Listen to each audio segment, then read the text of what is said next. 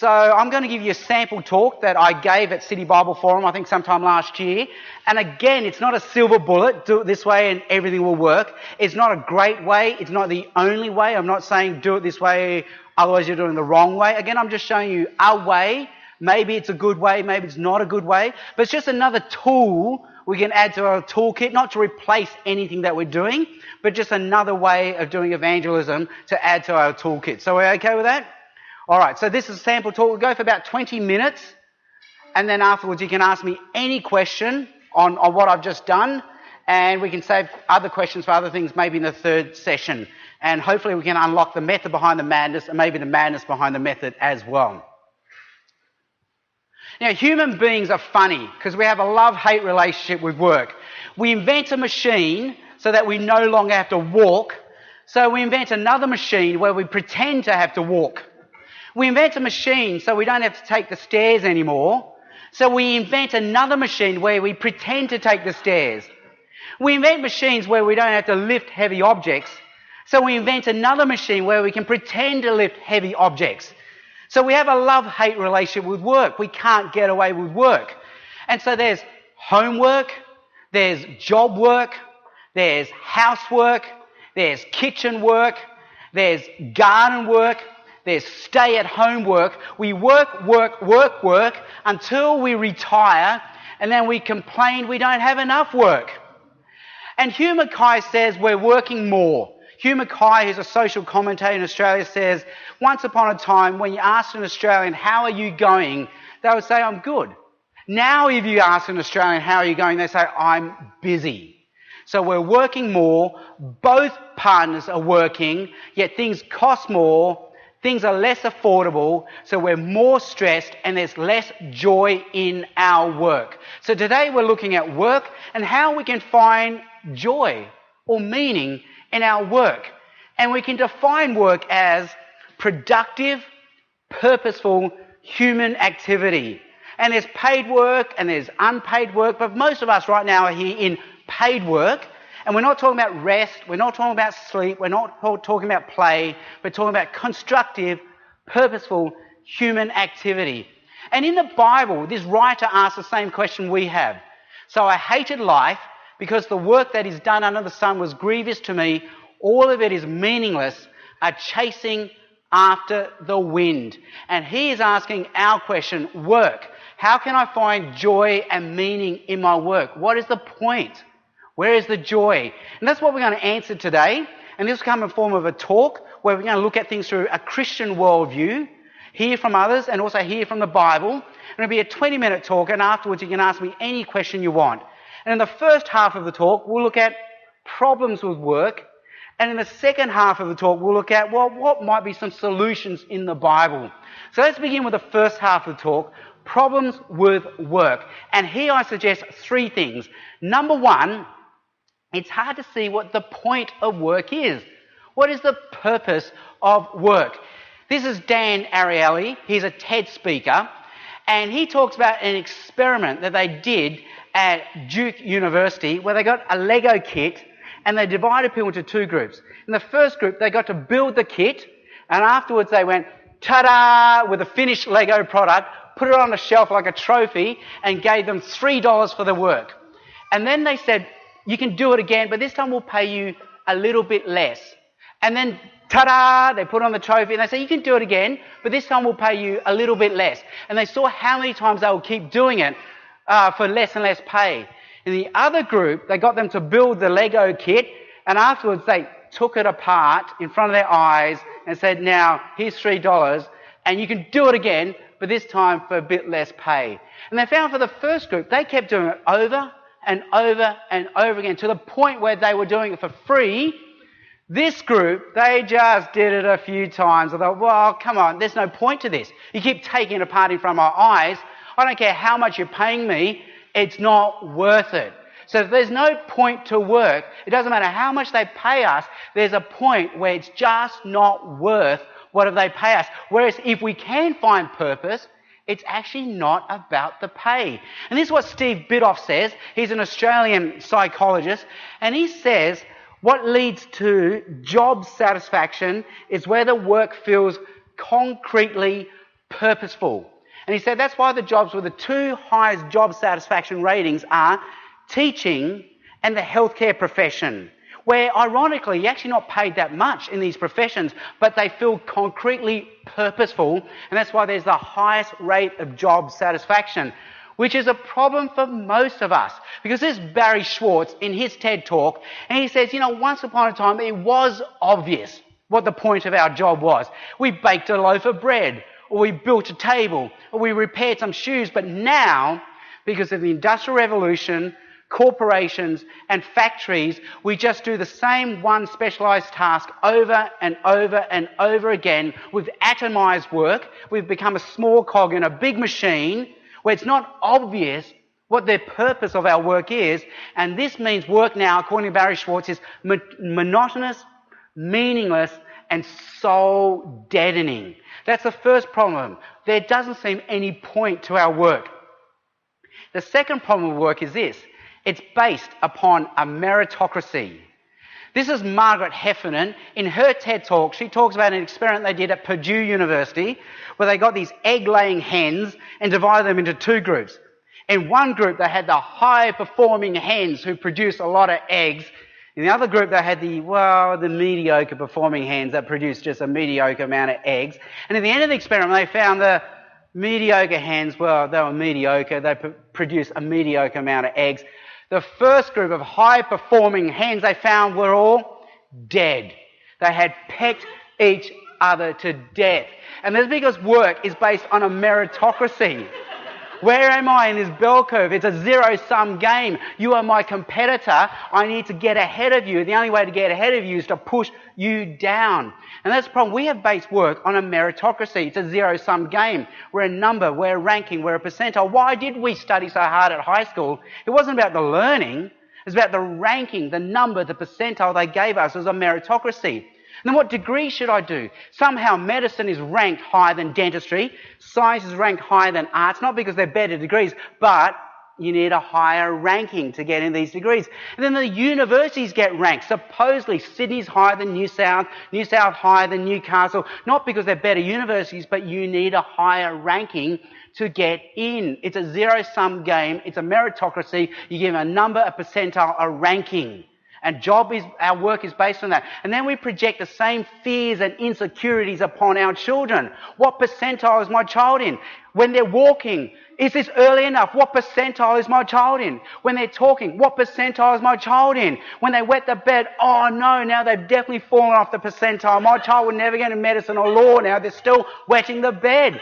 And then we make them do music, not because we want them to do musical. We want them to get ahead. We put them in a Saturday sport. Why? It's not about the sport, it's to get them ahead. We put them in the Turing factories. Why? To get them ahead. It's a zero-sum game. And it's also why at work, we can't tell our friends at work how much we're paid. We can't tell them when we've been headhunted.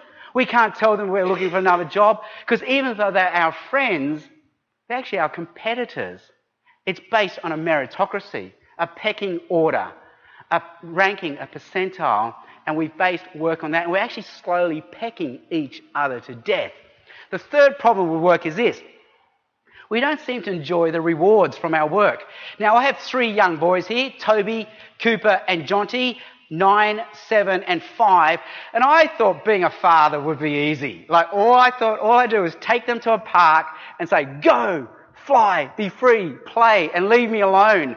So I used to go to the park with my newspaper and coffee, thinking I could just set them free in their equipment while I drink my coffee, read my paper. But as you know, no, you turn up, your kids do not leave you alone. It's daddy, daddy, push me on the swing. Oh, daddy, look at me. Okay, I'm looking at you. Daddy, I hurt my knee. So now you have to tend to Gray's knees. You never get to sit down, enjoy the park, drink your coffee or read your paper. You never enjoy the rewards of your work. And work is the same. We work hard to pay off a house, so now we're never home to enjoy the house. We work hard to pay off a car, so now we're always in traffic in that car going to and from work. We work hard for our children's future, so now we're never home to see the children. And even if they do enjoy the rewards of our work, there's a problem, a familiar problem. This is Malcolm Gladwell in David and Goliath. And he says every culture has worked this out. They talk about the 3-generation rule in every culture. The first generation, through hard work, will work itself out of poverty into wealth. The second generation enjoy that wealth as if they're entitled to it. And the third generation will lose that wealth because they forget about the hard work that got them there in the first place. The 3-generation rule. And the Bible writer seems to be saying the same thing. I hated all the things I had toiled, worked for under the sun, because I must leave them to the one who comes after me. And who knows whether that person will be wise or foolish, yet they'll have control over all the fruit of my toil, into which I poured my effort and skill under the sun. This too is meaningless. So my heart began to despair over all my toilsome labour, my work under the sun. For a person may labour with wisdom, knowledge and skill, and then they must leave all they own to another who has not toiled for it. This too is meaningless and a great misfortune. And this is the problem with work. What is the point? It's a meritocracy, and I don't get to enjoy the rewards anyway, and those who do will just waste my rewards anyway. So if that's the problem, what might be a solution? And here we'll look at what the Bible might have to say. And here I suggest 2 things. Number 1, and the writer suggested in this reading here, what do workers gain from their toil? I have seen the burden God has laid on the human race. He has made everything beautiful in its time. He's also set eternity in the human heart, yet no one can fathom what God has done from beginning to end. And I know there's nothing better for people than to be happy and to do good while they live. And here I think is the key, that each of them may eat and drink and find satisfaction in their work. And this is a gift from God. And I know that everything God does will endure forever. Nothing can be added to it, nothing taken from it. God does it so that people will fear him. And here the Bible suggests 2 things. Number 1, see work as a gift. Work as a gift from a good God to enjoy. Well, how does this work? Well, we have a friend who went to America and she came back with these toy lightsabers for my boys. And she came back with these lightsabers. But my middle child, he had been hoping for a green lightsaber, but she had brought him a red lightsaber. And he's like, I got a red lightsaber. I wanted the green one. And here I am with a red lightsaber. And I was so disappointed. But this only lasted just for a few seconds, because then he realised, hang on, she didn't have to give me a lightsaber at all. Yes, I might have wanted the green one, but she's given me the red one. But she didn't have to give me a lightsaber at all. This is a gift for me to enjoy. And we need to reframe the way we see work. Maybe it's a gift from a good God to enjoy. No, maybe it's not the job I had wanted, but this job that I have right now is a gift from a good God to enjoy. It's a gift. In the end, work is not based on a meritocracy. Yes, we worked hard. Yes, we studied hard, but it's not a pure meritocracy, because people in Siberia, people in Syria, people in Somalia work just as hard as us, but they don't get the jobs we enjoy. They would love to have our job. So somehow it's a gift from God. We didn't choose our parents. We didn't choose what schools we went to. We didn't choose what country we grew up in. This is a gift. Maybe it's not the job I had wanted. Maybe it's not where I saw myself. But this job is a gift from a good God to enjoy. Enjoy it for what it is. Don't make less of it than what it is. Don't make more of it than what it is. But enjoy it as a good gift from a good God to enjoy. So I think this is the first thing the Bible wants us to see. But the second thing the Bible wants us to see is somehow there is purpose. Even if we can't see it, there is purpose in our work. This is the 1980s movie, The Karate Kid. And as you know, it had the Karate Kid being trained by Mr. Miyagi, his karate trainer, for a Japanese tournament at the end of the movie.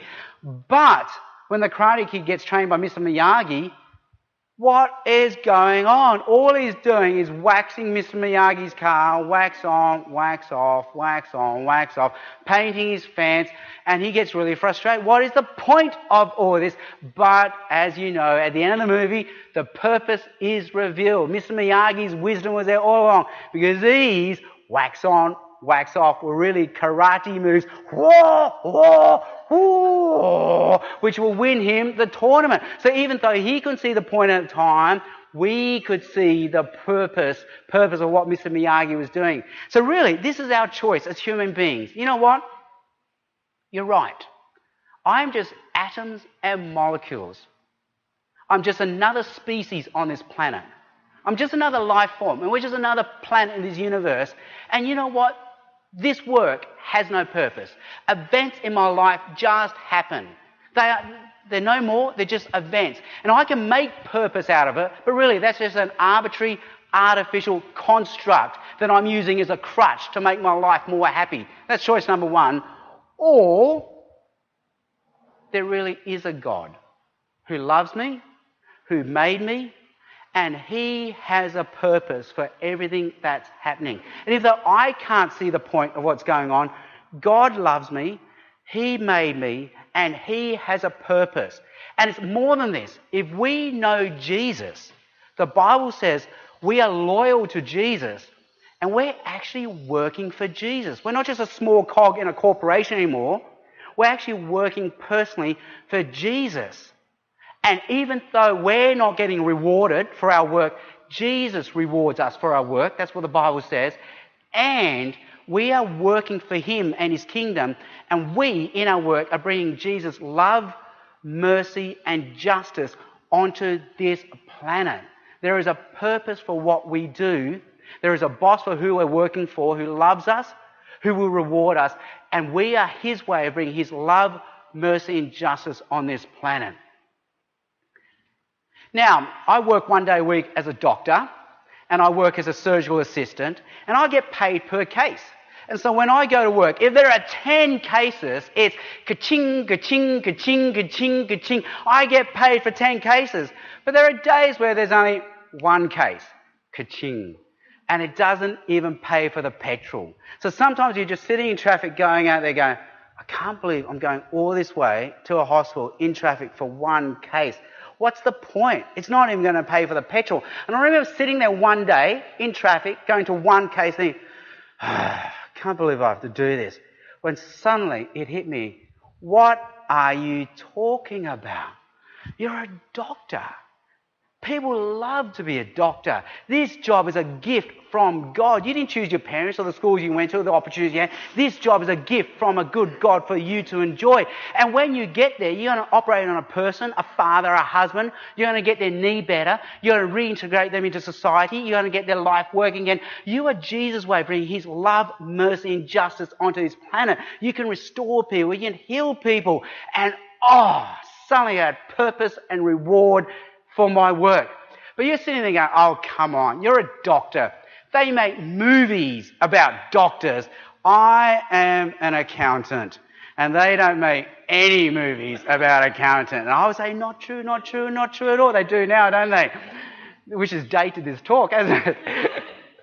Not true. I was once at a party, and I sat next to an auditor. And I said to him, hey, listen, I don't know any nice way of saying this, but they tell me auditing is not very interesting. And he said, whoa, not true, not true, not true. My job is to find the money trail. Whatever the companies are saying they're doing with the money, that is not what they're doing. So I'm in there looking for fingerprints, footprints, crumbs, just to see where they've moved the money and where they're hiding it. I see myself as a detective, like on CSI or True Detective or Charlie's Angels. There is purpose and meaning in his job. So how can we find joy, purpose and meaning? Well, the choice is this. Either we are just atoms and molecules, events just happen. Any talk of purpose, meaning and joy is just an arbitrary social construct that we tell ourselves as a crutch to get by day, or there really is a God behind this universe who loves us, who made us, and more than that, If we follow Jesus, we're working for Jesus. This job is a gift from him to enjoy, and his way of bringing his love, mercy and justice onto this planet. Now, every day I get to drive my 3 boys to school. And we have a little morning ritual when I drive them to school. We all take turns praying. And by and large, they have ended up with the same prayer. This is really how their prayer goes. They go, "Dear God, we thank you we can go to school. Thank you that Dad can go to work. And pray that we can have fun today." And that's how we can find joy and purpose in our work. All right, so that's a sample 20-minute lunchtime talk that I gave at City Bible Forum last year to city workers at lunchtime. Any questions then on that and maybe other related stuff?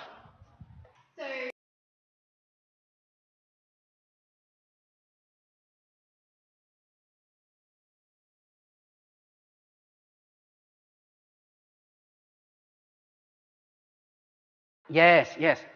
Okay, so, wow, okay, I'm trying to work out the 5-minute version, the 50 minutes, or the 5-hour version. All right, so it comes down to what is evangelism and what is the gospel. So that's the overlying meta question. What is evangelism? What is the gospel? So evangelism, we would say, is proclaiming the gospel. So that only moves the goalpost back one more, because what is the gospel? And I think, and there's debate, how much is the response part of it? So I think at least there's an implicit response. So when there's a sign that says wet paint, there's an implicit response: do not sit on this bench. Even though it doesn't say do not sit, there's an implicit command: do not sit. And I think a lot of gospel preaching is like that. There's an implicit command. So we say Jesus is Lord. There's an implicit command. You need to be loyal to him. You need to submit. You need to follow him. You don't have to say it explicitly, but it's there just in the statement, in the indicative is the implied imperative. So I think that's evangelism, somehow communicating the gospel in all its various forms, and sometimes implicitly, sometimes explicitly, knowing there's an implied response. Then the question is, then what is the gospel? And I've just recently read a really helpful book by Jackson Wu, One Gospel for All Nations. And he puts in his book what most missionaries have been saying in their books. And another very helpful guy is Paul Hibbert, who used to teach missiology at Trinity Evangelical Divinity School in Chicago. There used to be 3 research professors at Trinity. There was Don Carson, Paul Hibbert, and Van Hooser. And so he's got a lot of good stuff on this as well. So what is the gospel? So in the Bible, there's a variety of metaphors being used. And for our gospel summary, we're forced as a summary to pick one of those, and we have to leave out the other metaphors. So it's always sort of an unfair shot to say you didn't mention this, because it's a summary. I could only mention one metaphor and consistently go with it. And so if we think of God as Father, so sin would be to be disloyal to the Father, and the correct response is to come back and be adopted. If we think of God as King, then it's submit, well, you've sinned because you've broken a law. And the correct response is submit and come back. If we think of God as holy, then what we've done is we've fallen short of his holiness, and what we need to do is be reconciled or restored or brought to holiness. And so these guys often summarize it as saying the 3 main metaphors then for sin in the Bible are either transgression, so you've broken a law, you're guilty, and now you need to be justified or forgiven. Another one is, let's see, you're dirty, you're filthy, you're unholy, you're unsanctified, you're blemished, so now you need to be cleansed, purified, made holy. The third one is you have shamed God, you have dishonoured God, and so now there needs to be some sort of restoration, and God needs to show you his face again. So that's why you get that priestly blessing in Numbers. May the Lord bless you, keep you, may his face shine upon you. So that sort of restoration. And so we're very used to the gospel presentation using this one. You have broken a law. now you need justification, forgiveness, and Jesus died on the cross to make this happen. But there are other metaphors we use. And what I'm experimenting more and more with is it seems like the apostles in Acts, when they preached to the churched believers, the Jewish people in their synagogues, they went with this model a lot. You've got the scriptures, you know the commands, God sent you the Messiah, you killed him. You transgressed. You now need justification and forgiveness. Whereas to the pagans, from Acts 14 onwards, they seem to begin with general revelation, common grace. God has given you good things. He's given you rains, he's given you crops, but you're failing to honour him. You're not worshipping him. So what you've done here is you've shamed, you've dishonoured, you've failed to show him the honour that is due him. So now somehow you need restoration and you need face. All right. And then the means for all this happening is the atonement of Jesus. So it's one of those mechanisms, again, where the cross is sort of shorthand for the atonement, but the atonement is a theological concept. So what happens is, I'm giving you now the 50-minute version, I'm sorry, is often we can also say you never mention sin, because you could also say you didn't mention the cross, you didn't mention sin. And this is where, as a theologian, I would say the theological concept is bigger than the actual words we use. So just like the Bible never uses Trinity, but the idea is there, Jesus often, when he evangelises, doesn't use the word sin, but the idea is there.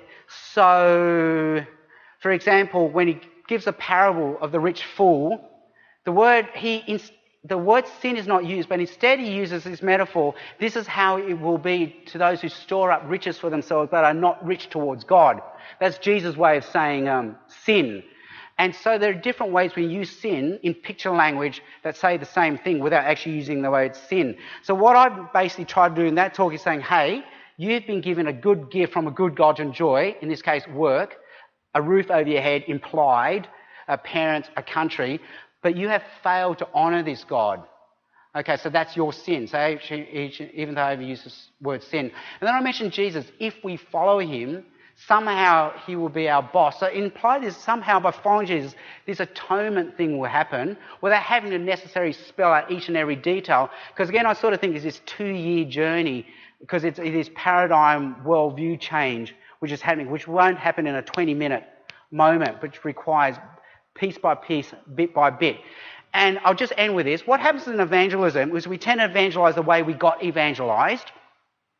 And also every tradition ends up with its shibboleth, red flag words, which must be used, otherwise you didn't evangelise. So I remember John Chapman used to teach us evangelism. He said he once preached in a tradition where people used to pull him up afterwards and say, you didn't mention the blood. You didn't mention the blood. It's not the gospel because you didn't mention the blood. So for them, they had to hear the blood. I remember I once went to a church and this lady pulled me up afterwards and said, you didn't mention the word repent. She had to hear the word repent. And I'm thinking, I didn't use the word repent, but I remember using this image of me driving a car the wrong way on a one-way street, having a truck come towards me, and then I do a U-turn to save my life and go the other way, and we in the same way are heading towards doom, destruction. And unless we turn around and follow Jesus, we will die. And I thought, well, that's repent, but without using the word. And it's almost sort of the same. Some of us saying, okay, do I have to mention the word, the cross? And I think it's the same thing. What we're trying to get across is the issue of the atonement. God sent us Jesus, and this is what makes Christianity unique. It goes beyond general salvation blessings, general revelation blessings, to special salvation blessings, and for that I need to follow Jesus, because somehow he is the mechanism who makes this happen. There's an atonement that happens with Jesus.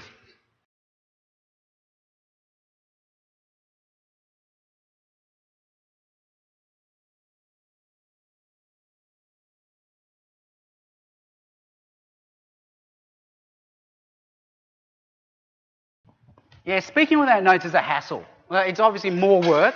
And I remember with City Bible Forum, my first year, I thought, you know what, I'm going to go back to notes. And then after 1 year of going back to notes, I thought, no, it's clunky. I need to go away from notes, go notes free again. So my second year, I tried no notes, and it's so much smoother. And there's so many reasons for that. It becomes your own language. You never lose the eye contact. And as missionaries are taught, you've got to communicate the way the culture communicates. And apparently in the non-Christian Anglo culture, no one uses notes unless they're reading a written apology that their lawyer has told them. And so that's the only time you read from notes. So in every other form of communication, they're not using notes. So it looks really weird to a non-Christian, they're using notes. So, okay, not saying you have to. And apparently certain personality types find it easier to go without notes than other personality types. So it might be a personality thing as well as an experience thing. The trick is to just have the images in front of you. So an actor once told me they don't ever learn their lines word for word. They actually learn the image in front of them. And you think, if I ask you, what did you do on the weekend? You'd be able to tell me perfectly what you did on the weekend, just because you have the image of what you did on the weekend. You just describe the image back to me. So rather than learn the words, learn the image, just have certain key phrases. So another missionary taught me this. You've got to talk in modules. So module basically, this is your module, has 3 parts. So part 1 is the orientation line where they need to hear who, what, where, and when. That's the orientation line. And then you give the body of what you're talking about. And this can be, you give them the 5-second version, the 5-minute version, the 5-hour version. You just expand it. And then you've got to end with, you've got to know where you're going to land it. So that's all you've got to memorise, what they call the power line, which is the whole point of the module, the line you're going to land it on. So I'm trying to think of an example. All right, so Margaret Heffernan and the hen story. This is Margaret Heffernan, a TED speaker, talk about an experiment that Purdue University did on hens. Who? Margaret Heffernan. What? We're talking about hens. Where? This was from an experiment. When? Well, whenever this TED talk was given. So you just, in one line, have officially done that. And then I tell you the story about the hens. There were 2 groups, blah, blah, blah, blah. But all along, I know I'm going to land on this power line. Work is based on a pecking order. It's a meritocracy. It's a pecking order. So I knew I was going to end. And then here you're allowed 2 things. Okay. So just by doing that, you can get away with notes. Yeah, Mark. So when you prepare, would you write a full manuscript or you work in that sort of model? I do write a full manuscript, but only very brief, only in point form. And then I actually group my manuscript into modules. I say, okay, this is going to function as an illustration module. This is going to function as an example module. This is going to function as an explanation module. Or this is going to function as a Bible module. So I know, and I usually have a pretty standard sequence. I'm going to go maybe illustration, example. So I have different modules for each one. So, for example, Margaret Heffernan and the hens, that was the illustration module. And then I riffed onto several example modules. The example is our life. Why did you study hard to get a ranking? Why do we put our kids into sports for the ranking? Why can't we tell our friends what we earn? It's the meritocracy. It's a pecking order. So I went illustration, example, example, example, like that.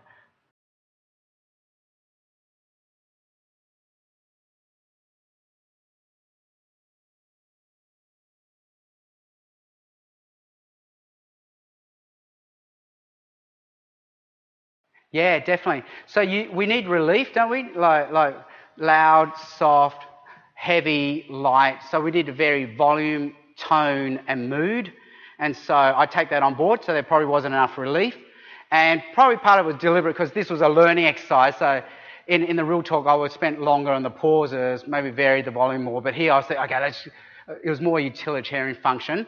But I take your critique, so I'll go both ways. So Al Stewart, my boss, says you need more moments of intimacy. And so maybe I only had a brief moment of intimacy with my 3 boys at the end. So I could have expanded that one a bit more. So I went bang, bang, bang, but I could have spent more on the body for more intimacy. And here's something to throw out there as well. A missionary friend in China says, so this is where I still have so much work, I feel like I heard Jesus as a proposition, but not as a person. I don't feel like I met Jesus. He was an idea to believe, but not a person I got to know. So that's something I'm working on.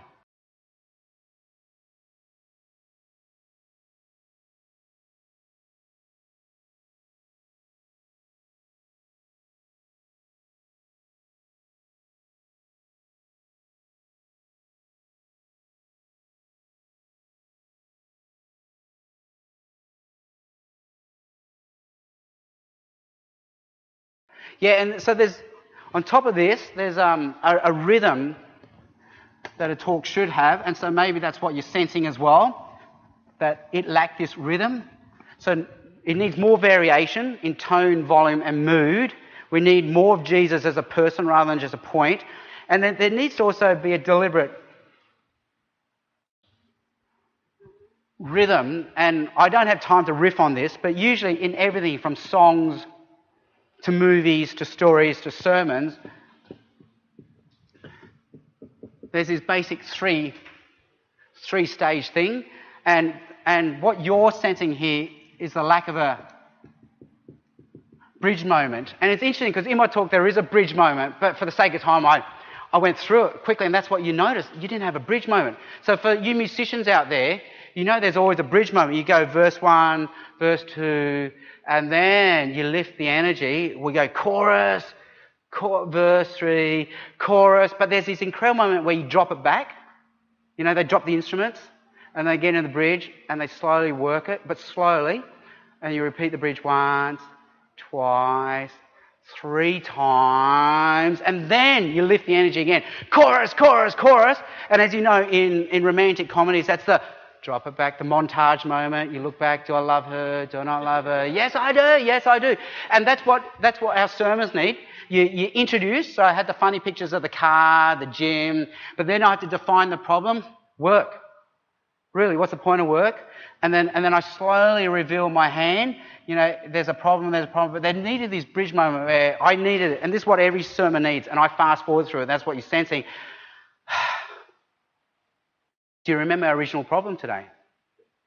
Work. Where's the joy? So we looked at these points. There's no purpose. It's a meritocracy. There's no obvious reward. But we looked at what the Bible says. So really, there are 2 choices here. I'm ready to sign up. Yeah. There's either no God or there is a God. And if there's a God, it makes all the difference. So this happened to me the other day when I was driving to work as a doctor. And I only had one. And so now I've bridged it properly. I'm allowed to launch in the conclusion. And that's what you're sensing. I didn't have the bridge moment there. I didn't have the montage in the romantic comedy. Or in the sports movie, that's your training montage, isn't it? You don't go straight to the competition without the training montage. And that's what a lot of our sermons are lacking. I think that 2 things we're lacking in our sermons. This obvious energy, and that's why it feels flat. I just felt I got point 1, point 2, point 3, but flat as an information sequence, but needs to have this energy, and we're not having this montage moment. Do you remember our original problem? It was this. Well, now you engage with them and woo them into the conclusion.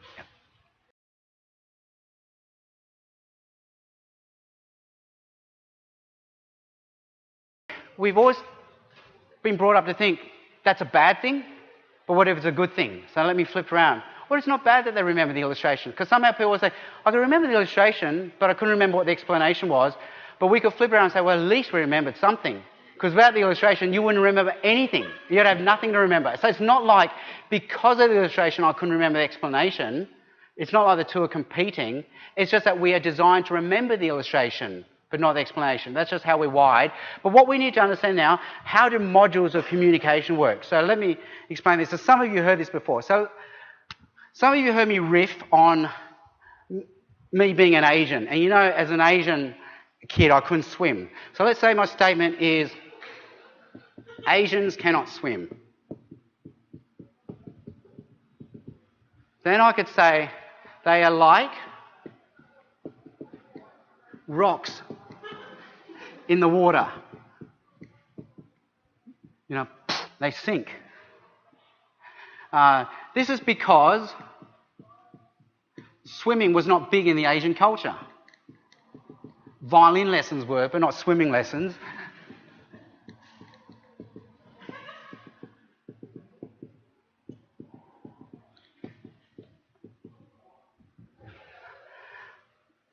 Okay. For example, I was the only kid in my class who could not swim. So, next time at a pool party, do not push your Asian friend, because you think I'm being racist, but every Asian has a horror story out there where a well-meaning Anglo friend pushed them into a pool at a pool party thinking they could swim when they couldn't. Asian friend into the pool. Now, what have I just done here? Asians cannot swim. They are like rocks in water because swimming was not big in the Asian culture. For example, I was the only kid in my class who could not swim, so next time at a pool party, do not push your Asian friend into a pool. That's quite a coherent idea, isn't it? You can make a paragraph out of it. It's coherent. Now, what is happening here? This is functioning as an idea. What is this one functioning as? Illustration.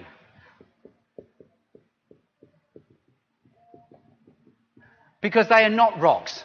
You're saying they're like rocks. So it's an illustration of the idea, but they're not really rocks. Because swimming was not big in the Asian culture, what's this functioning as? The explanation, that's right. This one is functioning as, and it's given away by for example, the example. So next time at a pool party, don't push your Asian friend into the pool. What's this functioning as? All right, so we can go application. And then we can get more fancy because sometimes there's nothing to do. So we can talk about significance. Or I like to think of what is the payload? What is the whole point of me even saying this? So what is the payload for you in this paragraph? All right, so the idea gives me something to believe. Here's an idea, believe it, true or false. Asians cannot swim, believe it or don't believe it. The illustration gives me something to imagine. It wins over the imagination. The explanation gives me something to understand.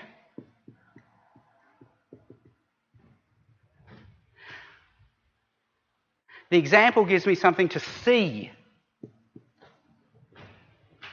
This is the concrete manifestation of the abstract idea.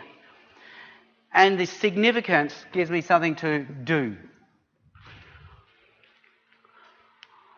All right, so they're all complementing each other. So often we have this fear that the illustration is going to be too powerful. It's going to take away from the explanation, but no, it's not too powerful. It's complementary. And without the illustration, you might not even remember the explanation or understand the explanation. So they actually all need each other. And there's no privileged order, because I was once taught in a tradition where you had to explain before you illustrated. But you can see you can mix this up any way. So I could mix this up. I could make the paragraph go, I was the only kid in my class who could not swim. This is because swimming was not big in the Asian culture. Asians cannot swim. They're like rocks in water. So next time at a pool party. So you can mix it up. And you can try. You can get like 20 permutations and they all work. You could begin with the application. Next time you're at a pool party, don't push an Asian into the pool. Why?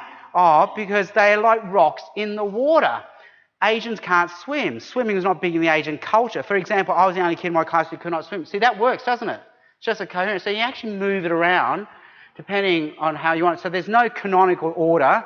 We don't go to hell for a particular order. It's more like what is more strategic. And this is what's more strategic. The idea is abstract. The illustration is concrete. The explanation is abstract. The example is concrete. And the significance and application should also be concrete. So David's saying we need to vary volume, tone, mood. We actually also have to vary abstract, concrete, abstract, concrete. So I actually deliberately go abstract, the idea, immediately concrete with an illustration, go abstract again with an explanation, then go immediately concrete with either significance or example. And this is where you can vary your mood, because often the illustration can be light and funny and self-deprecating, but this one here then becomes the intimate, serious one. So now it's an easy way of varying mood. And most Australians, 80 or 90% of Australians, are what they call concrete relational learners. They learn from the concrete rather than the abstract. Whereas most of us who've been to university have been taught to learn from the abstract and then think of the concrete application. So as I've explained in other classes, in medicine we got the theory, then we saw the patients in fourth year medicine, whereas if you're in trade, you begin with a case and then you learn the abstract. And I think that's where we're losing people, because we often spend a long time getting to the concrete. So if you think of my Margaret Heffernan hen example, the hens were the illustration. Then I quickly explained the point. Work is based on a meritocracy. Then immediately I went bam, bam, bam, example, example, example, example, example. Well, I threw all these concrete particular examples at you. So again, we have this fear of illustrations, but maybe it's just a learning style. We're just not used to learning from illustrations. For example, when we teach children, we're always going quite heavily proportional illustration. And we're not thinking, oh my gosh, they're going to forget the explanation. We're thinking, no, they need the illustrations. And concrete relational learners need 80% concrete and 20% abstract. And I'll just end with this statement. So what's interesting, if you're an abstract learner and someone tells illustrations, you think, oh, all he did was tell stories. When is he going to get to the point? But if you're a concrete learner and you just get abstract, you think, that person doesn't live in my world. They were so dry. They were so boring. So you sort of have to give both and tick off both audiences, I guess.